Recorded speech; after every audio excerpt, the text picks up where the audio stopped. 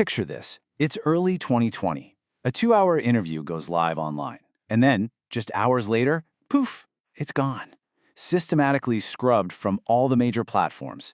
And that action alone creates a massive firestorm of curiosity. So what was so controversial? Now, in this explainer, we're not here to say if any of this is right or wrong. Our goal is simply to unpack the core arguments from that censored interview, just to understand the worldview that was apparently deemed too dangerous for the mainstream. This quote right here from the interview itself really sets a dramatic stage. The central claim is that some kind of global agenda has finally stepped out from the shadows and that there's no going back. That's the high-stakes idea that everything else we're about to discuss is built on. So what kicked all of this off? Well, it was David Icke's second interview with the media platform London Real. Almost immediately after it went live, it got pulled by YouTube, by Vimeo, and by Facebook. And that quick, coordinated removal is exactly what got so many people wondering what was going on. Which, of course, leads us to the big question. What was actually said in that interview that made the world's biggest tech companies hit the delete button so fast? Let's get into the first major claim. All right, so the first and most fundamental pillar of the argument is that the entire pandemic is, in his words, a scam.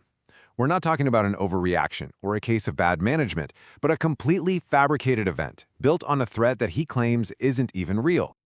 Now this right here is the absolute bedrock of the entire theory. The source argues that the virus itself, the one called COVID-19, was never properly isolated or scientifically proven to exist in the first place. And without that first crucial step, he claims the whole official narrative just collapses like a house of cards. This single point is the linchpin for everything else he says. So you might be asking, if there's no lethal virus, how do you create the illusion of a pandemic? Well, the interview lays out this 4-step playbook. First, you diagnose people based on super broad, common symptoms, things that could be anything. Second, you use PCR tests, which the source claims were never even designed for diagnosis. Third, you use computer models to spit out these terrifyingly high death projections. And fourth, and this is the real kicker, you simply relabel deaths from other causes as COVID-19 deaths. And to back up that final point, the interview constantly points to this statement from Dr. Deborah Birx. The argument being made is that this quote is basically a direct admission, right? That deaths from all sorts of pre-existing conditions, heart failure, cancer, you name it, were all being counted as COVID-19 deaths, which would have massively inflated the numbers. Now, to give this claim some kind of scientific footing, the source brings up something called Koch's postulates. It's basically this old-school 19th century gold standard for proving that a specific germ causes a specific disease. The core assertion in the interview is simple. For COVID-19, these fundamental scientific steps were never actually completed, meaning causation was never really proven.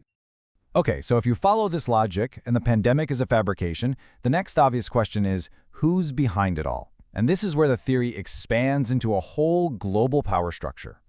At the most visible level of this pyramid, the part you can actually see, are the people the source calls the front men or the gophers. These are the well-known billionaires and tech giants who seem to be driving policy on everything from vaccines to technology. But according to this theory, they aren't the ones really calling the shots. So if these incredibly powerful figures are just puppets, then you have to ask, who are the puppet masters? And this is where the theory really moves beyond the visible world and into some pretty wild territory. And here we are, at the very top of the pyramid as it's described in the interview. The claim is that a secret, ancient cult has been orchestrating global events for centuries. But the theory goes even further, claiming this cult actually takes its direction from a non-human intelligence that exists completely outside of our 5-sense reality. So we've covered the what and the who. But now let's get to the why. What is the ultimate goal of this massive, centuries-long plan, according to the source? The end game is described as a technocracy. Now, this isn't your typical dictatorship run by politicians. Instead, it's a society controlled by the scientists, the engineers, and the corporate executives who own and operate the technological infrastructure that we all need just to survive. This slide basically lays out the checklist for building that technocratic state. First, you destroy small businesses to make everyone dependent on the government. Then, you get rid of cash so you can have total financial surveillance. You roll out digital IDs and a 5G-powered smart grid. And, according to the theory, it all leads to this final, shocking step, merging human consciousness directly with AI.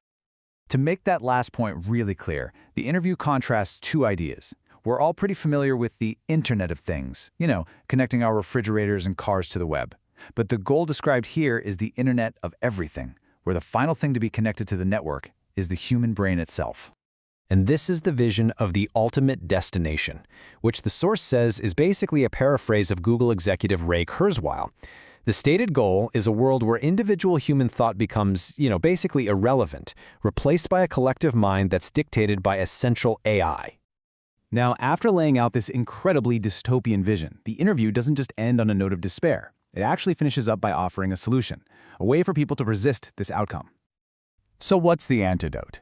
If the problem is all about mass obedience and psychological control, what does the source propose as the way to break free? The solution offered isn't political, it's more personal and collective.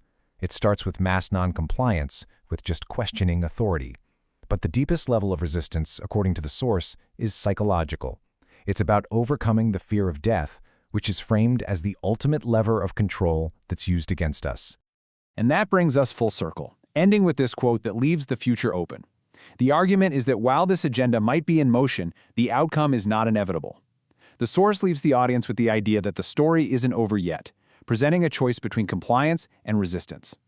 And that, in a nutshell, is the worldview that led to the censorship we set out to explore.